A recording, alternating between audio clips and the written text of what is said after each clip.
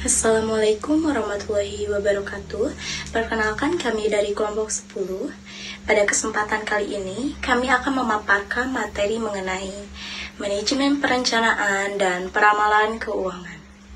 Sebelum memulai pembahasan, izinkan saya terlebih dahulu memperkenalkan anggota kelompok kami.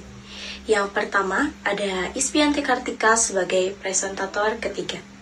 Selanjutnya ada Rani Apriliani sebagai presentator pertama. Dan yang terakhir, saya sendiri, Zahra Zahira Hidayat, yang akan bertugas sebagai moderator sekaligus presentator kedua. Untuk mempersingkat waktu, mari kita langsung masuk ke pembahasan pertama. Kepada presentator pertama, Rani Apriliani, kepada Rani dipersilahkan. Halo teman-teman, nama saya Rani Apriani. Sebelumnya saya mau mengucapkan terima kasih kepada moderator yang sudah memberikan kesempatan pada saya untuk menyampaikan materi mengenai manajemen perencanaan dan peramalan keuangan. Oke, yang pertama konsep dasar perencanaan. Perencanaan keuangan adalah proses yang penting bagi suatu organisasi untuk merencanakan posisi keuangan di masa depan dan sebagai panduan dalam menjalankan aktivitas perusahaan.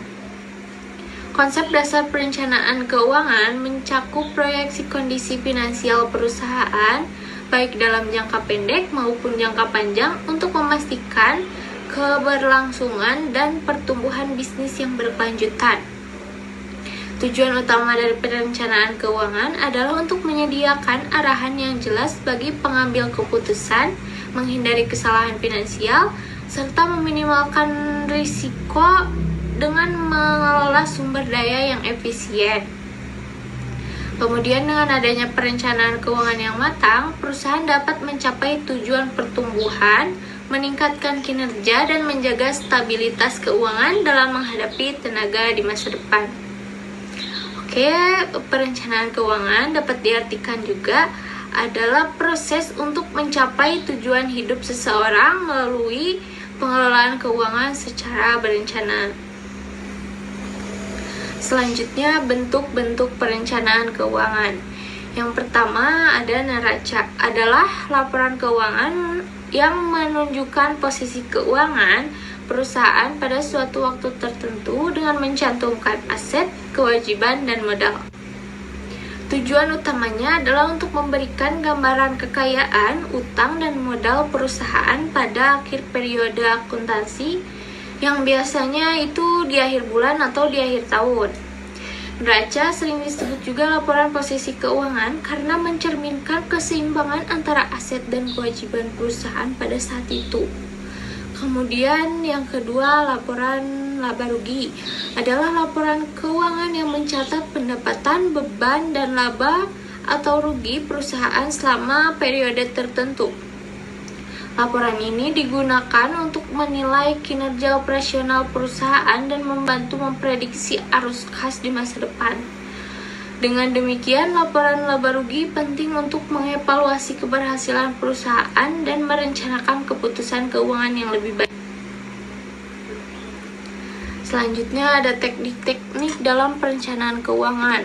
Yang pertama, anggaran kas. Langkah-langkah menurut Hanafi M.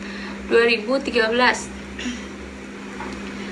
Menetapkan asumsi-asumsi yang diperlukan, memperkirakan penjualan di masa depan, karena penjualan merupakan komponen terbesar dari kas masuk yang perlu diperkirakan. Kemudian mengidentifikasi kas masuk lainnya, seperti penjualan aset, penjualan surat berharga, dan lainnya. Kemudian mengidentifikasi kas keluar. Biasanya komponen kas keluar terbesar adalah pembelian bahan baku. Sementara komponen lainnya mencakup biaya tenaga kerja, biaya penjualan, dan biaya administrasi. Kemudian menghitung aliran kas bersih, yaitu selisih antara kas masuk dan kas keluar. Setelah perhitungan kas bersih dilakukan, akan terlihat apakah terdapat surplus atau defisit pada periode tersebut. Komponen-komponen dalam anggaran kas meliputi saldo awal kas, penerimaan kas, pengeluaran kas, surplus atau defisit kas sebelumnya, safety kas, saldo kas akhir. Kemudian yang kedua ada metode persentase penjualan. Salah satu metode yang sering digunakan adalah metode persentase penjualan. Metode ini lebih sederhana jika dibandingkan dengan metode anggaran kas. Mungkin cukup sekian yang dapat saya presentasikan. Mohon maaf apabila ada kesalahan. Saya kembalikan kepada moderator. Terima kasih kepada presentator pertama yang telah memaparkan materinya. Selanjutnya, kita akan melanjutkan dengan penjelasan materi berikutnya yang akan dijelaskan oleh presentator kedua, yaitu saya sendiri. Selanjutnya, saya akan membahas mengenai proses perencanaan keuangan. Untuk alur perencanaan keuangan sendiri ada 6 langkah. Yang pertama ada menyusun laporan keuangan proyeksi dan menggunakan proyeksi tersebut untuk menganalisis dampak rencana operasional terhadap perkiraan laba dan berbagai rasio keuangan. Yang kedua ada menentukan kebutuhan dana untuk mendukung 5 tahun ke depan, termasuk dana untuk pabrik, peralatan, persediaan, dan piutang, program penelitian dan pengembangan, serta kampanye iklan utama. Yang ketiga ada memperkirakan ketersediaan dana dalam 5 tahun mendatang dengan menghitung estimasi dana yang akan dihasilkan dari suatu internal maupun eksternal. Dan yang keempat ada menetapkan dan memelihara sistem pengendalian yang mengatur alokasi dan penggunaan dana di dalam perusahaan. Kelima ada pengembangan prosedur untuk menyesuaikan rencana dasar jika proyeksi ekonomi yang menjadi dasar rencana tidak terjadi. Misalnya, jika kondisi ekonomi ternyata lebih kuat dari yang diperkirakan. Dan yang keenam, yang terakhir, mengembangkan sistem kompensasi manajemen berbasis kinerja yang penting untuk memberikan penghargaan kepada manajer yang melakukan apa yang diinginkan pemegang saham, yaitu memaksimalkan harga saham. Selanjutnya ada jenis-jenis perencanaan keuangan. Perencanaan keuangan di sini ada 2. Yang pertama ada rencana operasional, yang kedua ada rencana keuangan. Rencana operasional ini memberikan panduan dari implementasi manajemen secara mendetail dengan berdasarkan strategi perusahaan atau corporate strategi untuk membantu perusahaan dalam mencapai tujuannya. Yang kedua ada perencanaan keuangan. Perencanaan keuangan ini yaitu dokumen yang mencakup asumsi atau assumptions, laporan keuangan yang diproyeksikan, atau project financial statement, dan ada laporan keuangan pro forma dan juga rasio yang diproyeksikan atau project recession yang mengikat keseluruhan proses perencanaan secara bersama-sama. Jadi perencanaan operasional lebih berfokus pada bagaimana perusahaan akan mencapai tujuannya, terutama dalam keuangan. Berikutnya ada model-model perencanaan keuangan. Model-model perencanaan keuangan di sini ada 2. Yang pertama, ramalan penjualan. Yang kedua, laporan keuangan pro forma. Ramalan penjualan dan laporan keuangan pro forma adalah 2 alat yang saling berkaitan dan sangat berguna untuk perencanaan keuangan suatu perusahaan. Dengan menggunakan alat ini, perusahaan bisa membuat keputusan yang lebih baik dan mempersiapkan diri menghadapi masa depan. Selanjutnya ada peramalan keuangan. Peramalan adalah proses untuk memperkirakan peristiwa yang akan datang berdasarkan kondisi yang ada pada saat ini. Peramalan berkaitan dengan estimasi, prediksi, perkiraan, harapan, dan sebagainya. Jika tadi sudah dibahas oleh rekan saya perencanaan keuangan, jadi perbedaan perencanaan keuangan dengan peramalan keuangan, kalau perencanaan keuangan itu memberikan arahan yang jelas, sedangkan peramalan keuangan memberikan informasi yang diperlukan untuk membuat rencana tersebut. Selanjutnya ada langkah-langkah dalam peramalan keuangan. Langkah-langkah dalam peramalan keuangan di sini ada 5. Yang pertama, mengumpulkan data. Kualitas data yang dikumpulkan sangat menentukan akurasi hasil peramalan. Data yang lengkap relevan, dan akurat akan menjadi dasar kuat untuk analisis selanjutnya. Yang kedua ada mengelola data. Pengolahan data yang baik akan memudahkan dalam mengidentifikasi pola dan tren dalam data. Data yang terorganisir dengan baik akan mempermudah proses analisis dan perhitungan. Yang ketiga ada menentukan metode peramalan. Pemilihan metode peramalan yang tepat sangat penting untuk menghasilkan perkiraan yang akurat. Metode yang dipilih harus sesuai dengan karakteristik data dan tujuan peramalan. Yang keempat ada memproyeksi data. Proyeksi data merupakan inti dari proses peramalan. Hasil proyeksi akan memberikan gambaran tentang kondisi di masa depan dan menjadi dasar untuk pengambilan keputusan. Namun perlu diingat bahwa proyeksi bersifat estimasi dan selalu ada tingkat ketidakpastian. Yang kelima ada mengambil keputusan. Hasil peramalan digunakan sebagai acuan dalam membuat berbagai keputusan bisnis. Keputusan yang diambil berdasarkan hasil peramalan yang akurat akan meningkatkan peluang keberhasilan perusahaan. Banyak faktor-faktor yang dapat mempengaruhi akurasi peramalan seperti perubahan kondisi ekonomi, politik, dan sosial. Oleh karena itu, penting untuk melakukan evaluasi secara berkala terhadap model-model peramalan yang digunakan dan melakukan penyesuaian jika diperlukan. Selanjutnya, dengan melakukan peramalan keuangan secara sistematis, perusahaan dapat mengurangi ketidakpastian dan meningkatkan kemampuannya dalam menghadapi tantangan bisnis di masa depan. Baik, materi yang saya jelaskan dicukupkan sampai di sini. Selanjutnya, mari kita lanjutkan kepada presentator terakhir, yaitu Ispianti Kartika. Kepada Ispianti, dipersilahkan. Baik, izin memperkenalkan diri terlebih dahulu. Saya Ispianti Kartika yang akan melanjutkan materi selanjutnya, di mana materi selanjutnya ini adalah metode dalam peramalan keuangan. Metode dalam peramalan keuangan ini terbagi menjadi dua. Yang pertama ada metode rasio konstan. Metode ini merupakan metode untuk meramalkan laporan keuangan dan kebutuhan keuangan di masa depan dengan asumsi bahwa rasio-rasio keuangan itu tetap konstan.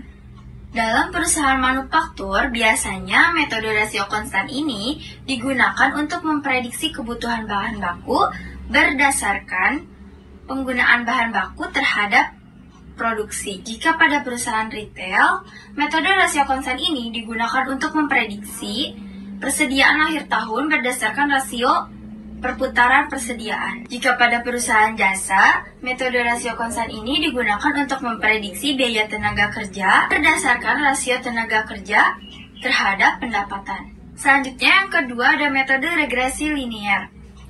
Metode ini mencari hubungan linear antara variabel dependen, yaitu misalnya biaya produksi, dengan variabel independen, misalnya tingkat penjualan. Contohnya pada perusahaan manufaktur, metode regresi linear ini digunakan untuk memprediksi biaya produksi berdasarkan volume produksi. Jika pada perusahaan retail, metode regresi linear ini digunakan untuk memprediksi penjualan berdasarkan faktor-faktor seperti pendapatan per kapita dan jumlah penduduk. Jika pada perusahaan jasa, metode regresi linear ini digunakan untuk memprediksi jumlah pelanggan baru berdasarkan biaya pemasaran. Selanjutnya ada tujuan dari peramalan keuangan. Tujuan utama dari peramalan keuangan ini adalah untuk memperkirakan kondisi keuangan di masa depan.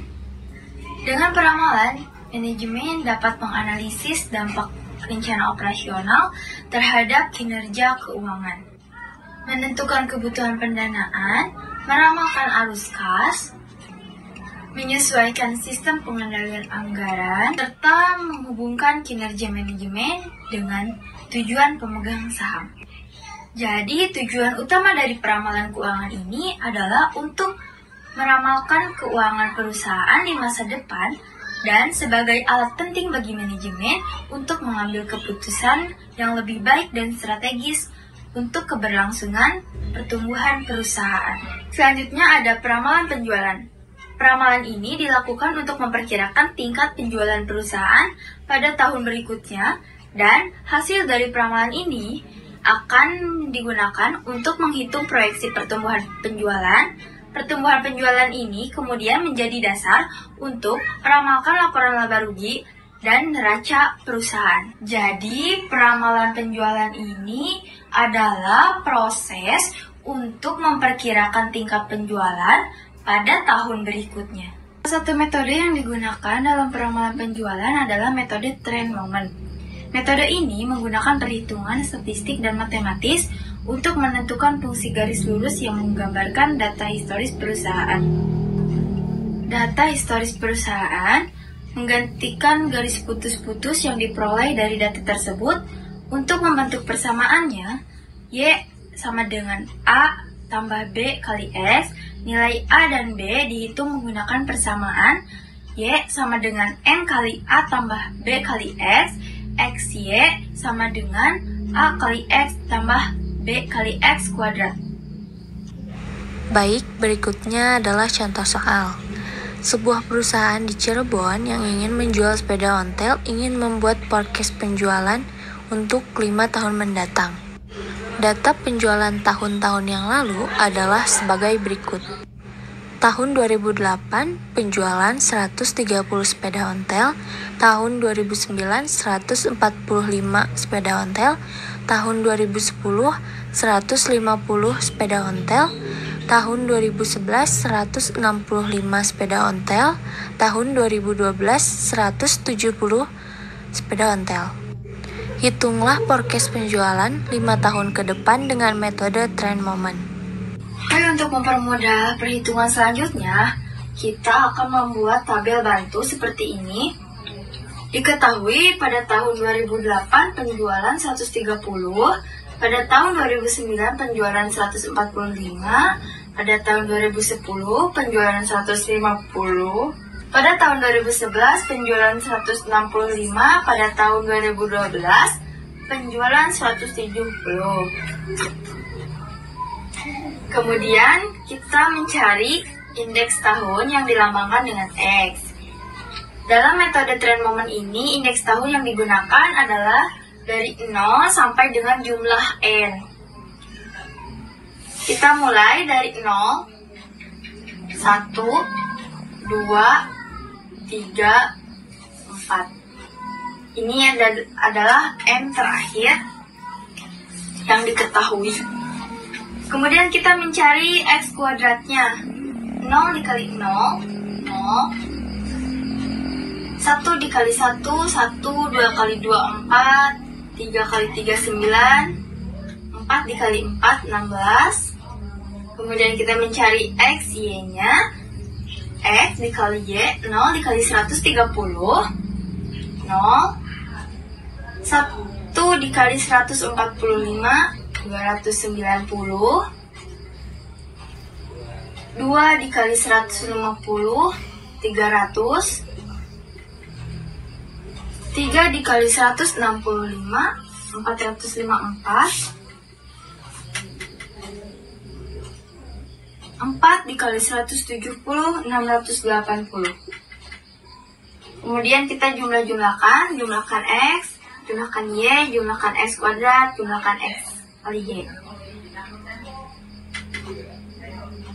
760, 1 tambah 2 sama tambah 4, 10. 0 tambah 1 tambah 4 tambah 9 tambah 16, 30. 0 ditambah 290 tambah 300 tambah 454 tambah 680, 1620. Nah, sesudah dibuat tabel bantu seperti ini, kita mencari persamaannya terlebih dahulu. Persamaan Y sama dengan N kali A tambah B kali X. Kita masukkan Y-nya itu 760 sama dengan N-nya ada 1, 2, 3, 4, 5. Ada 5. 5A ditambah B kali X. X-nya ada 10, jadi 10B. Kemudian persamaan yang kedua, A dikali X tambah B kali X kuadrat. XY-nya 1620. X-nya ada 10X. Tambah X kuadratnya 30B. Oke. Sudah seperti ini, kita akan mencari persamaan yang B-nya terlebih dahulu. Kita tulis ulang kembali.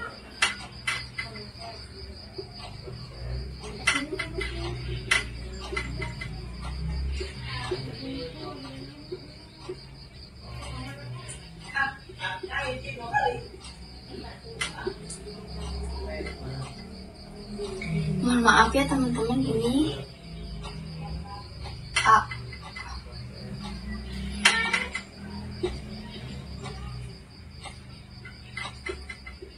Oke, untuk mencari persamaan kita mencari yang nilai B dulu.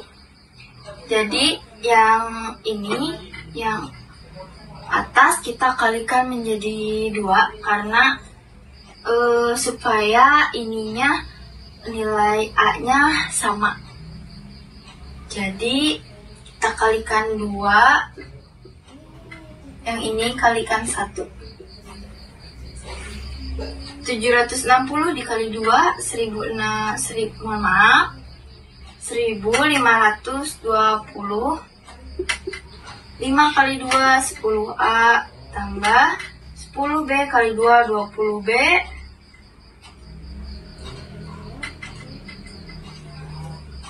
Yang ini tetap karena dikali 1, 1620, 10A, 30B. Kemudian kita kurangi 1520 dikurangi 1620 min 100 sama dengan ini dicoret karena sudah sama ya. Jadi habis. Yang ini 20 dikurangi 30 10.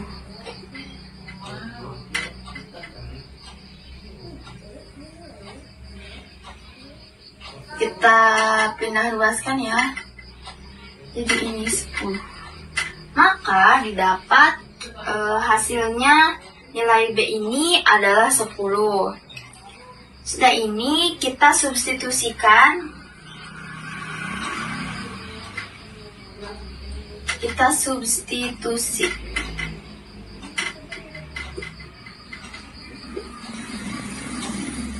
Yang ini ya. Yang persamaan B-nya. 5A.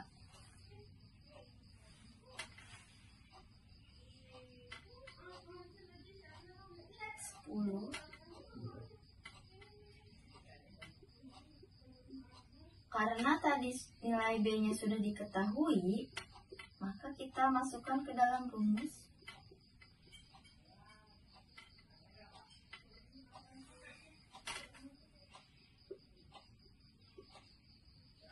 Tambah 100.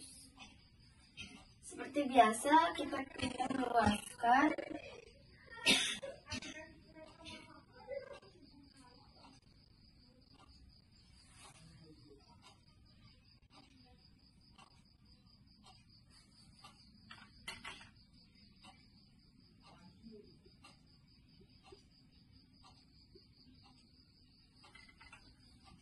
Kemudian sama ya, ini pindah ke sini A, jadi A sama dengan 660 bagi 5, 132. Oke, nilai B dan nilai A nya ini sudah kita ketahui, maka kita masukkan ke dalam rumus. Maka persamaan momennya